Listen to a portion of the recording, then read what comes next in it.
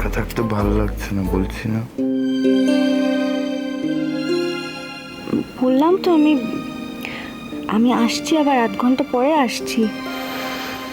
ওসব আমি জানি না, এখন আমার কাছ থেকে যেতে দেবো না, ব্যাস। আপনি না একদম ছেলে মানুষ, 2 বছরের বাচ্চাদের মতো।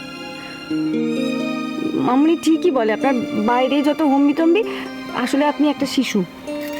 ছাড়ুন আমার হাতটা। এখন জোর করে হাতটা ছাড়িয়ে গেলে কি হবে জানো তো? কি হবে?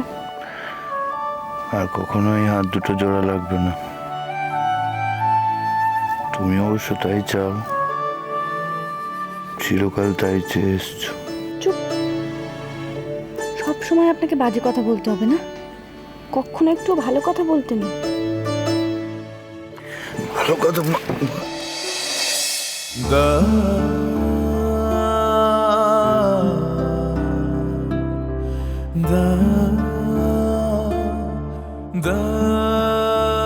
আপনি কিছু বলছিলেন? না, আমি না, আপনি বলছিলেন।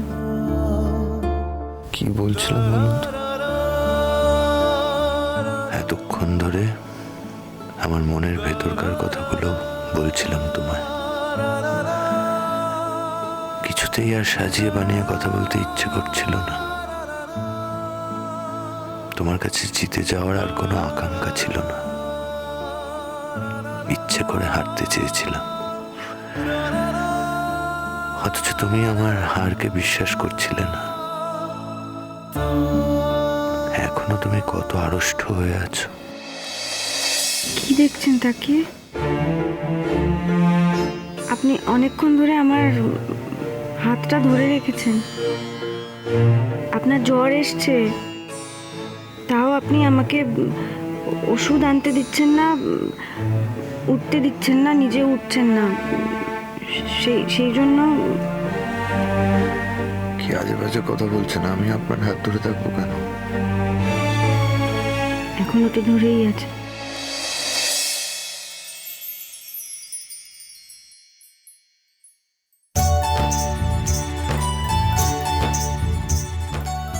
সে তো বুঝতে পারিনি বলে।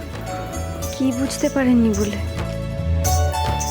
যে তোমার এত যাওয়ার দ্বারা আমার কাছে এসেও তুমি এত ছটফট করো।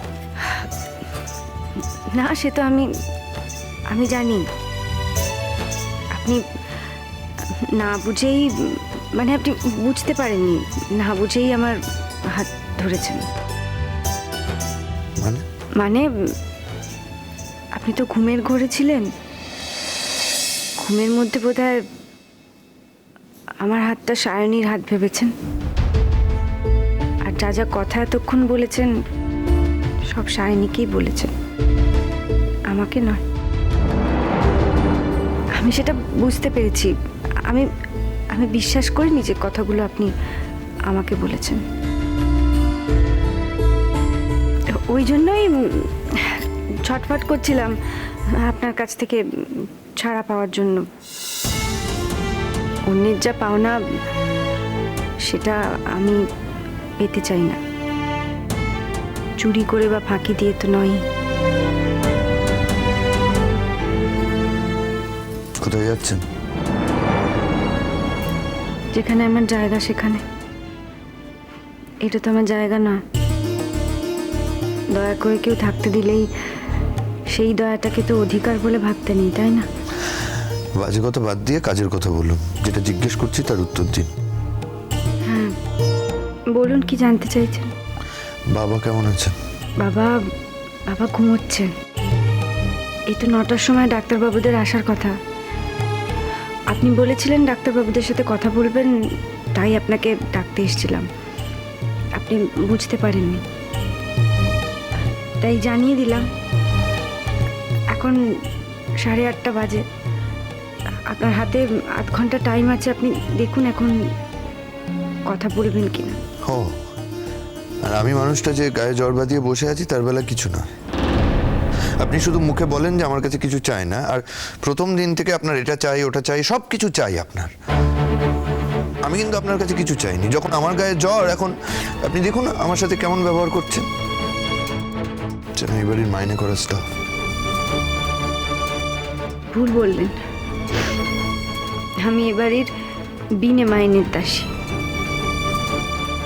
এতদিন এইভাবেই নিজের জায়গাটা বজায় রেখেছি, যতদিন থাকবো এইভাবেই বজায় রেখে যেতে হবে বোধহয়।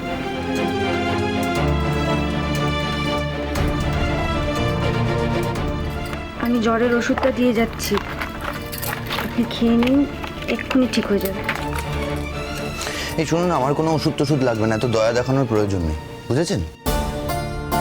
কি মনে করেন আপনি নিজেকে? পৃথিবীর সমস্ত কিছু জেনে বসে আছেন না?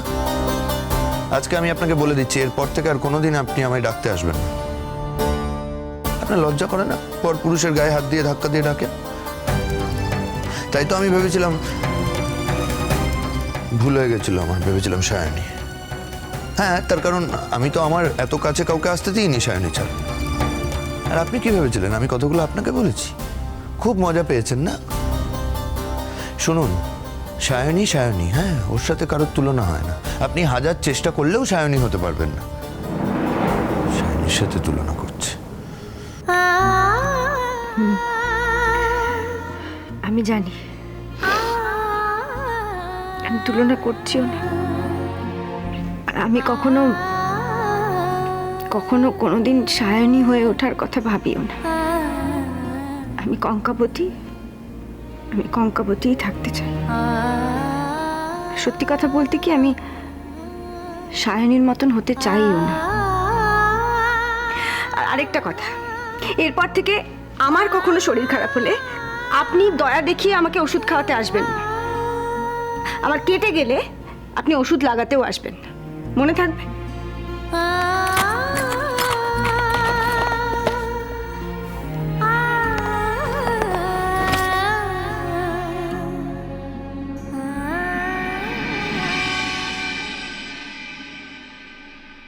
ঠিক হয়েছে, বেশ করেছি, অপমান করেছি। যত বাধা বিভেদ ঘুচিয়ে দিয়ে কাছে যেতে চাই, ততবারই তুমি আমাকে সায়নীর নাম করে ছিটকে দূরে সরিয়ে দাও। দেখো এবার কেমন লাগে।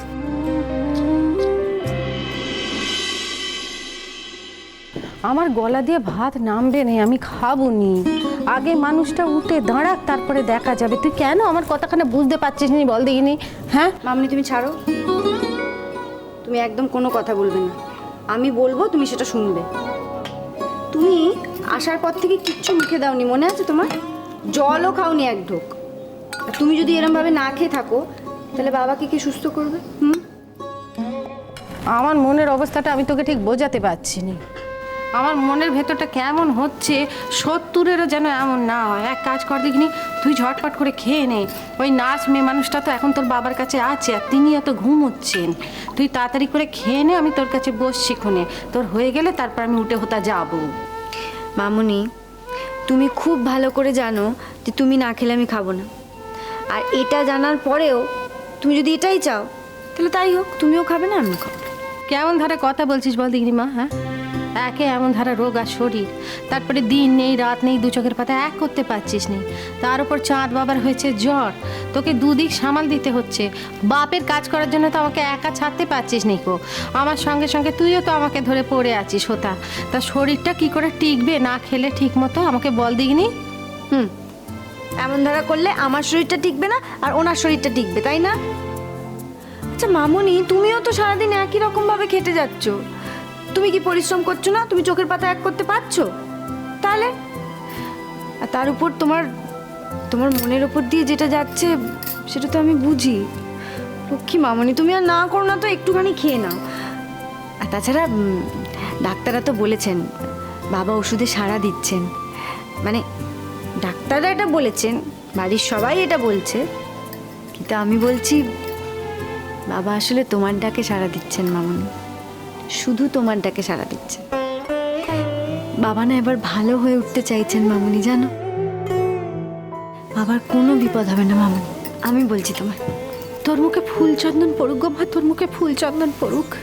সারা জীবন ধরে শুধু চেয়েছি মানুষটা যাতে ভালো থাকে।